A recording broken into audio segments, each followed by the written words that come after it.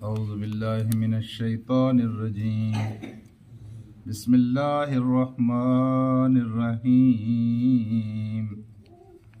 ومن يهد الله فهو المهتد ومن يضلل فلن تجد لهم أولياء من دونه ونحشرهم يوم القيامة على وجوههم عميا وبكما وصما مأواهم جهنم كلما خبت زدناهم سعيرا صدق اللہ العلی العظیم۔ رفقائے گرامی، اس بات پر مسلمان معاشرے میں تو کوئی اختلاف نہیں ہے کہ اس کائنات کو اور اس کائنات میں بسنے والی ہر چیز کو اللہ تبارک و تعالی نے پیدا فرمایا ہے، اور اس بات پر بھی تقریباً سارے لوگ متفق ہیں کہ رزق بھی اللہ کے ہاتھ میں ہے، انسان کی اچھی اور بری تقدیر بھی اللہ کے ہاتھ میں ہے۔ جس طرح اللہ پاک نے انسان کو پیدا کیا ہے، انسان کے لیے رزق کو پیدا فرمایا ہے، مقرر فرمایا ہے، اس طرح اللہ تعالیٰ نے انسان کے لیے ہدایت کو بھی پیدا کیا ہے اور ضلالت کو بھی پیدا کیا ہے۔ ہدایت بھی اللہ کی پیدا کرتا ہے اور گمراہی بھی اللہ کی پیدا کرتا ہے۔ اللہ جس کو چاہتا ہے ہدایت عطا کرتا ہے اور جس کو چاہتا ہے گمراہ کر دیتا ہے۔ مسئلہ کل بھی تھا اور آج بھی ذہن میں آتا ہے کہ جب اللہ تعالیٰ ہی گمراہ کرتا ہے اور اللہ تعالیٰ ہی ہدایت دیتا ہے تو پھر انسان کا اس میں کیا قصور ہے؟ بھائی بہت بڑا مسئلہ ہے، تقدیر کا مسئلہ، علماء نے اس کے اوپر بڑی بحثیں کی ہیں، فلسفیوں نے بغض مارے ہیں، فقیہوں نے بڑی اس میں پڑھی ہے۔ تو ساری بحثوں کو پڑھ کر علامہ اقبال نے ایک شعر کہا ہے، کیا بات ہے، اس نے سارے مسئلوں کو حل کر دیا۔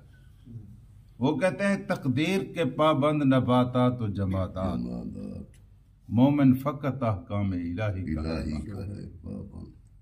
جمادات و نباتات تقدیر کے پابند ہیں، مومن اللہ کے حکموں کا پابند ہے۔ جب صحابہ نے اللہ کے رسول کی خدمت میں یہی سوال اٹھایا تھا تو اللہ کے رسول نے فرمایا تھا کہ اللہ کے بندو، اللہ جس کے لیے جو چاہتا ہے اس کے لیے وہی راستے ہموار کر دیتا ہے۔ جس کے لیے ہدایت اللہ تعالیٰ مقدر کرتا ہے اس کے لیے نیکی کے راستے ہموار کر دیتا ہے، اور جس کی قسمت اور مقسوم میں اس نے گمراہی لکھی ہے اس کے لیے گمراہی کے راستے آسان ہو جاتے ہیں، وہ اس کو اختیار کرتا ہے۔ تو آج کی آیت میں بالکل یہی کہا کہ وَمَن يَهْدِ اللَّهُ، جس کو اللہ تبارک و تعالی ہدایت دیتا ہے، فَهُوَ الْمُهْتَدِ، وہی ہدایت یافتہ ہے۔ جس کو اللہ ہدایت عطا کرتا ہے وہی ہدایت یافتہ ہے، وہی سیدھے راستے پر ہے۔ وَمَن يُضْلِلْ، اور جس کو اللہ گمراہ کرے، فَلَن تَجِدَ لَهُمْ أَوْلِيَاءَ مِن دُونِهِ، اللہ کے علاوہ کسی دوسرے کو تم اس کا ولی نہیں پاؤ گے، اس کا کوئی کارساز نہیں ہوگا، اس کو کوئی ہدایت کی طرف لے آنے والا نہیں ہوگا۔ جس کو اللہ گمراہ کر دے اس کو کوئی ہدایت نہیں دے سکتا۔ یہ کسی نبی کا اختیار بھی نہیں ہے، کسی ولی کا اختیار بھی نہیں ہے، کسی فرشتے کا اختیار بھی نہیں۔ اور اس کے اوپر جو عملی شہادتیں ہمارے پاس موجود ہیں وہ تو ہیں کہ اللہ کے رسول تو چاہتے تھے کہ ابو جہل کو بھی ہدایت مل جائے، اللہ کے رسول چاہتے تھے ابو لہب کو بھی ہدایت مل جائے، لیکن اللہ کے رسول چاہتے تھے کہ ابو طالب کو بھی ہدایت مل جائے۔ نہیں چاہتے تھے، چاہتے تھے۔ انبیاء سارے چاہتے تھے کہ ان کی اولاد اسی راستے پر ہو۔ پھر حضرت نوح علیہ السلام کے بیٹے کے ساتھ کیا ہوا؟ تو میرے عزیز دوستو، یہ بات طے شدہ ہے کہ ہدایت اس کو ملتی ہے جس کے لیے اللہ پسند کرتا ہے کہ اس کو ہدایت دے، اور گمراہی اس کے حصے میں آتی ہے جس کو اللہ تعالیٰ گمراہ کرنا چاہے، پھر کوئی رشتہ کوئی نسبت اس کے کام نہیں آتی، پھر وہ گمراہ ہو کر رہتا ہے۔ پھر آگے جو اللہ پاک نے فرمایا وَنَحْشُرُهُمْ يَوْمَ الْقِيَامَةِ عَلَى وُجُوهِهِمْ، بڑا انتہائی خطرناک قسم کا سزا کا تصور ہے۔ اللہ تعالیٰ آپ کو بھی محفوظ رکھے، آپ کے بچوں کو بھی محفوظ رکھے۔ تصور کریں کہ ہمارا کوئی بچہ، ہماری کوئی بیٹی، ہماری کوئی بیوی، ہمارا کوئی باپ، یہ یعنی اسے کہا جائے کہ تو سر کے بل کھڑا ہو جا اور اس کے بل چل، تو یہاں تو ہم نے کبھی ایسا منظر کہیں نہیں دیکھا ہے۔ اور اس دن ایسا ہوگا، اس دن ایسا ہوگا، وہ بچے، وہ گھر کے افراد جن کو محبت کی وجہ سے ہم نے چھوڑ دیا، جی بچہ ہے کون اس کو اٹھایا، جی رات بڑی دیر آیا ہے، نماز کیسے پڑھے، بہت ساری ایتیں ہیں نا، دے دیتے ہیں، محبت کی وجہ سے دے دیتے ہیں، پیار کی وجہ سے دے دیتے ہیں۔ کیوں دے دیتے ہیں؟ اندھے ہیں، نظر نہیں آ رہا کہ آگے ان کا کیا انجام ہونے والا ہے۔